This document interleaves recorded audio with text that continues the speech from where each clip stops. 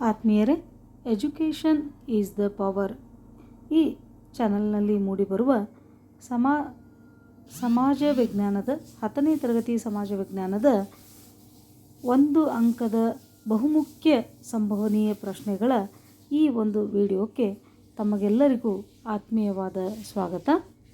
ಬನ್ನಿ ನೋಡೋಣ. ಹಾಗಾದರೆ ವಿಡಿಯೋವನ್ನು ಶುರು ಮಾಡೋಣ. ಮೊದಲನೇ ಪ್ರಶ್ನೆ, ಮಧ್ಯಯುಗದಲ್ಲಿ ಯುರೋಪಿನ ದೇಶಗಳ ವ್ಯಾಪಾರದ ಮೇಲೆ ಏಕಸ್ವಾಮ್ಯತೆಯನ್ನು ಸಾಧಿಸಿದವರು ಯಾರು? ಉತ್ತರ, ಇಟಲಿಯ ವರ್ತಕರು.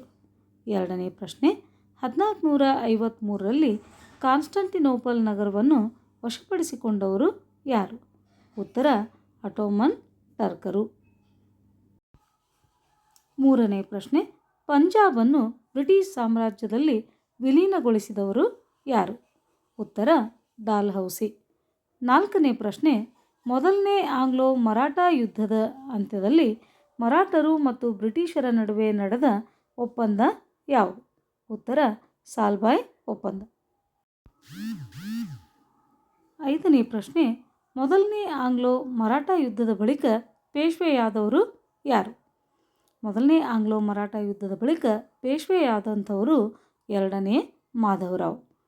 ಮತ್ತೊಂದು ಪ್ರಶ್ನೆ, ಸಹಾಯಕ ಸೈನ್ಯ ಪದ್ಧತಿಯನ್ನು ಜಾರಿಗೆ ತಂದವರು ಯಾರು? ಉತ್ತರ, ಲಾರ್ಡ್ ವೆಲ್ಲೆಸ್ಲಿ. ಪ್ರಶ್ನೆ ಸಂಖ್ಯೆ 7, ಸಹಾಯಕ ಸೈನ್ಯ ಪದ್ಧತಿಯನ್ನು ಮೊದಲು ಒಪ್ಪಿಕೊಂಡ ಸಂಸ್ಥಾನ ಯಾವುದು? ಉತ್ತರ, ಹೈದರಾಬಾದ್ ಸಂಸ್ಥಾನ. 8ನೇ ಪ್ರಶ್ನೆ, ಬ್ರಿಟಿಷರು ಮತ್ತು ಸಿಖ್ಖರ ನಡುವೆ ಸಹಿ ಹಾಕಲ್ಪಟ್ಟ ಒಪ್ಪಂದ ಯಾವುದು? ಬ್ರಿಟಿಷರು ಮತ್ತು ಸಿಖ್ಖರ ನಡುವೆ ಸಹಿ ಹಾಕಲ್ಪಟ್ಟ ಒಪ್ಪಂದ ಲಾಹೋರ್ ಒಪ್ಪಂದ.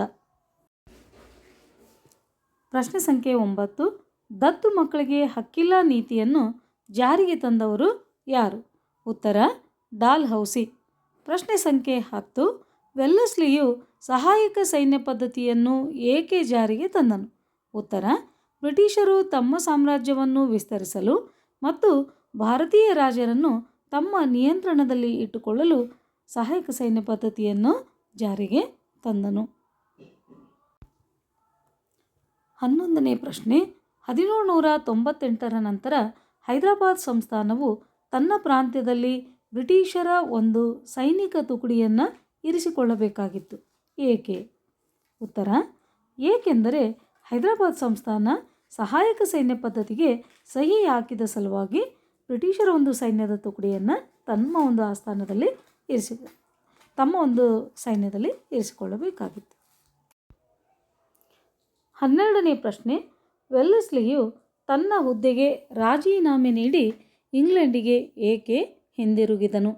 ಉತ್ತರ, ಏಕೆಂದರೆ ವೆಲ್ಲೆಸ್ಲಿಯ ಯುದ್ಧಪ್ರಿಯ ನೀತಿಯಿಂದ ಕಂಪನಿಗೆ ಸಾಲದ ಹೊರೆ ಹೆಚ್ಚಿತು. 13ನೇ ಪ್ರಶ್ನೆ, ಲಾರ್ಡ್ ಕಾರ್ನ್ವಾಲಿಸನು ಪೋರ್ಟ್ ವಿಲಿಯಂ ಕಾಲೇಜನ್ನು ಸ್ಥಾಪಿಸಿದ ಸ್ಥಳ ಯಾವುದು? ಉತ್ತರ, ಕಲ್ಕತ್ತಾ. ದಯವಿಟ್ಟು ಟೈಪ್ನಲ್ಲಿ ತಪ್ಪಾಗಿದೆ, ಮನ್ನಿಸಬೇಕು.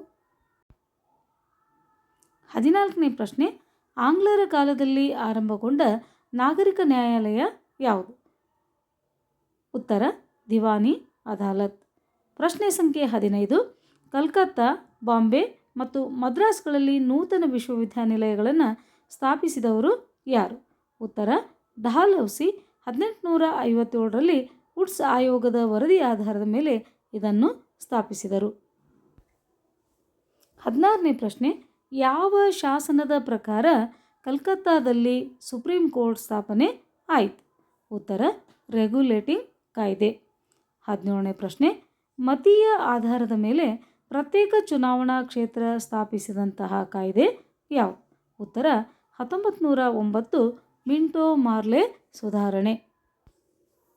ಪ್ರಶ್ನೆ ಸಂಖ್ಯೆ 18, 1909ರಲ್ಲಿ ಪ್ರತ್ಯೇಕ ಚುನಾವಣಾ ಮತಗಟ್ಟೆ ವ್ಯವಸ್ಥೆಯನ್ನು ರಚಿಸಲು ಕಾರಣ ಏನು? ಉತ್ತರ, ಮುಸ್ಲಿಮರಿಗೆ ಪ್ರತ್ಯೇಕ ಪ್ರಾತಿನಿಧ್ಯ ನೀಡುವುದಕ್ಕಾಗಿ ಚುನಾವಣಾ ಮತಗಟ್ಟೆ ವ್ಯವಸ್ಥೆಯನ್ನು 1909ರಲ್ಲಿ ರಚಿಸಿದರು. ಪ್ರಶ್ನೆ, 1935ರ ಭಾರತ ಸರ್ಕಾರ ಕಾಯ್ದೆಯು ಒಂದು ಮುಖ್ಯ ದಾಖಲೆಯಾಗಿದೆ. ಏಕೆ? ಉತ್ತರ, ಅಖಿಲ ಭಾರತ ಒಕ್ಕೂಟ ಅಥವಾ ಸಂಯುಕ್ತ ವ್ಯವಸ್ಥೆ ರಚಿಸಲು ಅವಕಾಶವನ್ನು ನೀಡಿತ್ತು. ಪ್ರಶ್ನೆ ಸಂಖ್ಯೆ 20. ಮೊದಲನೇ ಆಂಗ್ಲೋ ಮೈಸೂರು ಯುದ್ಧ ಕೊನೆಗಾಣಿಸಿದ ಒಪ್ಪಂದ ಯಾವುದು? ಉತ್ತರ ಮದ್ರಾಸ್ ಒಪ್ಪಂದ. ಎರಡನೇ ಆಂಗ್ಲೋ ಮೈಸೂರು ಯುದ್ಧ ಕೊನೆಗಾಣಿಸಿದ ಒಪ್ಪಂದ ಮಂಗಳೂರು ಒಪ್ಪಂದ. ಮೂರನೇ ಆಂಗ್ಲೋ ಮೈಸೂರು ಯುದ್ಧ ಕೊನೆಗಾಣಿಸಿದ ಒಪ್ಪಂದ ಶ್ರೀರಂಗಪಟ್ಟಣ ಒಪ್ಪಂದ. ಪ್ರಶ್ನೆ ಸಂಖ್ಯೆ 23. ಬ್ರಿಟಿಷರಲ್ಲಿ ಟಿಪ್ಪುವಿನ ವಿರುದ್ಧ ದ್ವೇಷ ಭಾವನೆ ಬೆಳೆಯಲು ಕಾರಣ ಏನು? ಉತ್ತರ ಟಿಪ್ಪು ಬ್ರಿಟಿಷರ ವ್ಯಾಪಾರದ ಏಕಸ್ವಾಮ್ಯತೆಯನ್ನು ಮುರಿಯಲು ಪ್ರಯತ್ನ ನಡೆಸಿದ್ದಕ್ಕಾಗಿ ದ್ವೇಷ ಭಾವನೆ ಬೆಳೆಯಿತು. ಪ್ರಶ್ನೆ ಸಂಖ್ಯೆ 24. ಹಲಗಲಿಯ ಬೇಡರು ಬ್ರಿಟಿಷರ ವಿರುದ್ಧ ಬಂಡಾಯ ಬೀಳಲು ಕಾರಣ ಏನು? ಉತ್ತರ ಬ್ರಿಟಿಷರು ಜಾರಿಗೆ ತಂದ ಶಸ್ತ್ರಾಸ್ತ್ರಗಳ ನಿರ್ಬಂಧ ಕಾಯ್ದೆಯನ್ನು ವಿರೋಧಿಸಿದ ಪ್ರಯುಕ್ತ ಹಲಗಲಿಯ ಬೇಡರು ಬ್ರಿಟಿಷರ ವಿರುದ್ಧ ಬಂಡಾಯವನ್ನು ಉಂಟು ಮಾಡಿದರು, ಬಂಡಾಯವನ್ನು ಎದ್ದರು ಅಂತಕ್ಕಂಥದ್ದು. ಟೈಪ್ನಲ್ಲಿ ಸ್ವಲ್ಪ ಮಿಸ್ಟೇಕ್ ಆಗಿದೆ, ದಯವಿಟ್ಟು ಕ್ಷಮಿಸಬೇಕು. 25ನೇ ಪ್ರಶ್ನೆ. ಕರ್ನಾಟಕ ಚಕ್ರವರ್ತಿ, ನವಕೋಟಿ ನಾರಾಯಣ ಈ ಬಿರುದುಗಳು ಯಾರಿಗೆ ಇದ್ದವು? ಉತ್ತರ ಚಿಕ್ಕದೇವರಾಜ ಒಡೆಯರು. ಆದ್ಮೇಲೆ ನಾನು ಈ ಒಂದು ವಿಡಿಯೋದಲ್ಲಿ 1 ಅಂಕದ 25 ಪ್ರಶ್ನೆಗಳನ್ನು ತಮಗಾಗಿ ತಂದಿದ್ದೇನೆ. ಈ ಒಂದು ನನ್ನ ಚಿಕ್ಕ ಪ್ರಯತ್ನಕ್ಕೆ ತಾವು ವಿಡಿಯೋವನ್ನು ಶೇರ್ ಮಾಡೋದ್ರ ಮೂಲಕ, ಸಬ್ಸ್ಕ್ರೈಬ್ ಮಾಡೋದ್ರ ಮೂಲಕ ಮತ್ತು ಲೈಕ್ ಮಾಡೋದ್ರ ಮೂಲಕ ನನಗೆ ಪ್ರೋತ್ಸಾಹ ನೀಡ್ತೀರಿ ಅಂತಕ್ಕಂಥ ಭರವಸೆಯ ಮೂಲಕ ಈ ವಿಡಿಯೋವನ್ನು ಮುಗಿಸ್ತಾ ಇದ್ದೀನಿ. ಎಲ್ಲರಿಗೂ ಧನ್ಯವಾದಗಳು. ಜೈ ಹಿಂದ್.